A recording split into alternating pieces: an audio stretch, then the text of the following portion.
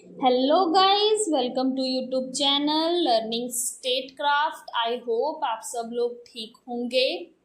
Class शुरू करने से पहले please like, share and subscribe the channel. Last topic हमने किया था debate over the nature of state in capitalist and socialist societies.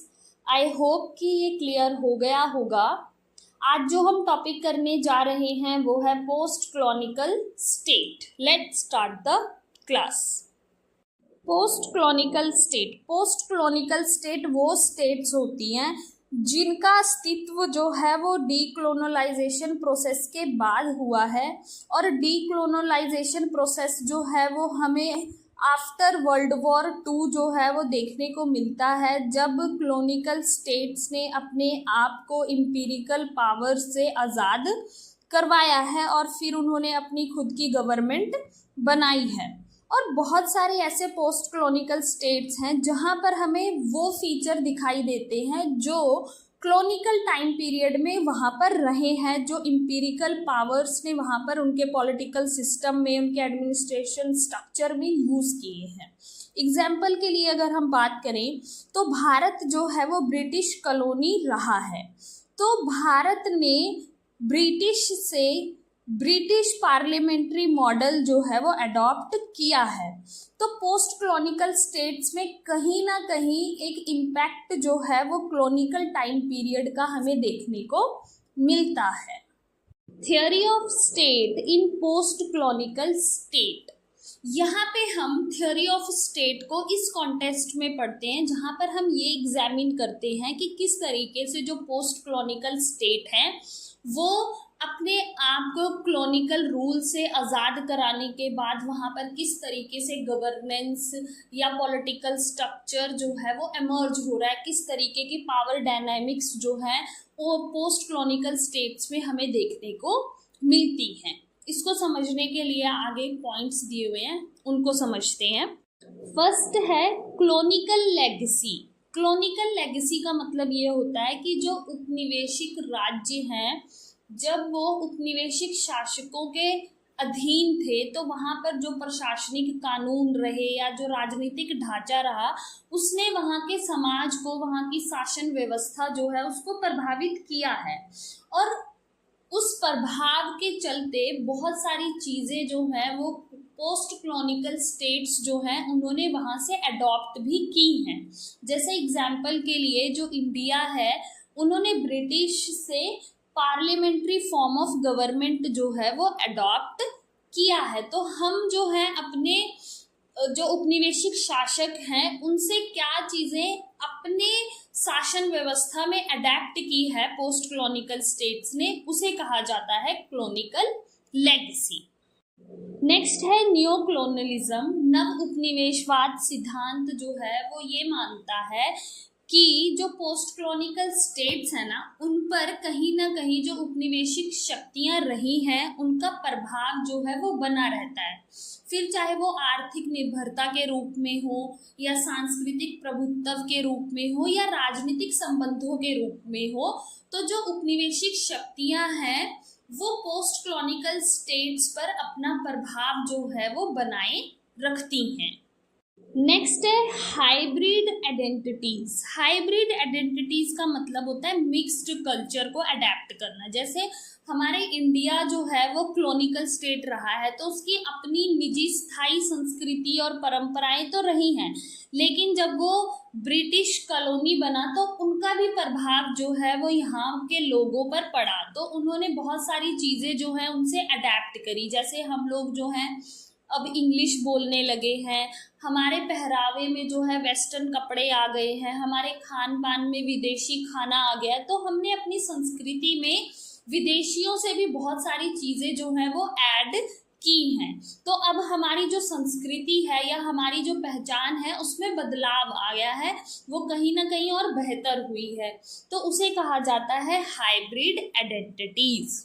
Resistance and agency. यहाँ पे कह रहे हैं कि जो पोस्ट कॉलोनियल स्टेट्स है ना वो अपनी पहचान को बनाए रखने के लिए, अपनी राजनीतिक प्रणाली और व्यवस्था को सुचारू रूप से चलाने के लिए जो बाहरी प्रभुत्व है उसके खिलाफ प्रतिरोध पर जो है जोर देते हैं, क्योंकि वो ऑलरेडी एक क्लोनिकल स्टेट रह चुकी है, अब वो दोबारा से किसी पावर के अंदर नहीं आना चाहते हैं, इसलिए वो जो बाहरी शक्ति है उसका विरोध करते हैं। नेक्स्ट है क्रिटिक ऑफ डेवलपमेंट मॉडल्स। यहाँ पे पोस्ट क्लोनिकल स्टेट जो है वो ये कहती है कि जो उपनिवेशिक शक्तियाँ आई और वो अपने साथ जो विकास का मॉडल लेकर आई थी वो कहीं ना कहीं असमानताओं को दर्शाता है, उनका शोषण करता था, इसलिए वो उसकी आलोचना करते हैं। और आज के प्रेजेंट टाइम में पोस्ट क्लोनिकल स्टेट की जो भी ज़रूरतें हैं उनको पूरा करने में वो असफल है, जो विकास का मॉडल है, इसलिए वो उसकी आलोचना करते हैं। तो इन पॉइंट्स को पढ़ने के बाद हमें ये चीज़ पता चलती है कि किस तरीके से थ्योरी ऑफ स्टेट जो है वो पोस्ट क्लोनिकल स्टेट्स में उनके पॉलिटिकल स्ट्रक्चर को, उनकी गवर्नेंस को, उनके पावर डायनामिक्स को इन्फ्लुएंस करता है। नेक्स्ट है characteristics of post colonial state. First है हमारा क्लोनिकल लेगेसी। क्लोनिकल लेगेसी क्या होती है? जब कोई क्लोनिकल स्टेट जो है वो इंडिपेंडेंस के बाद उपनिवेशिक शासकों द्वारा लाए गए कोई भी कानून हो या कोई राजनीतिक व्यवस्था हो या ढांचा हो उसको अडेप्ट कर ले। जैसे इंडिया जो है उसने पार्लियामेंट्री फॉर्म ऑफ गवर्नमेंट जो है अडेप्ट किया है। सेकंड है इकोनॉमिक डिपेंडेंस। पोस्ट क्लोनिकल स्टेट्स में देखने को मिलता है कि कहीं ना कहीं वो आर्थिक रूप से जो हमारी वैश्विक संस्थाएं हैं या संगठन हैं उन पर हम लोग निर्भर हैं।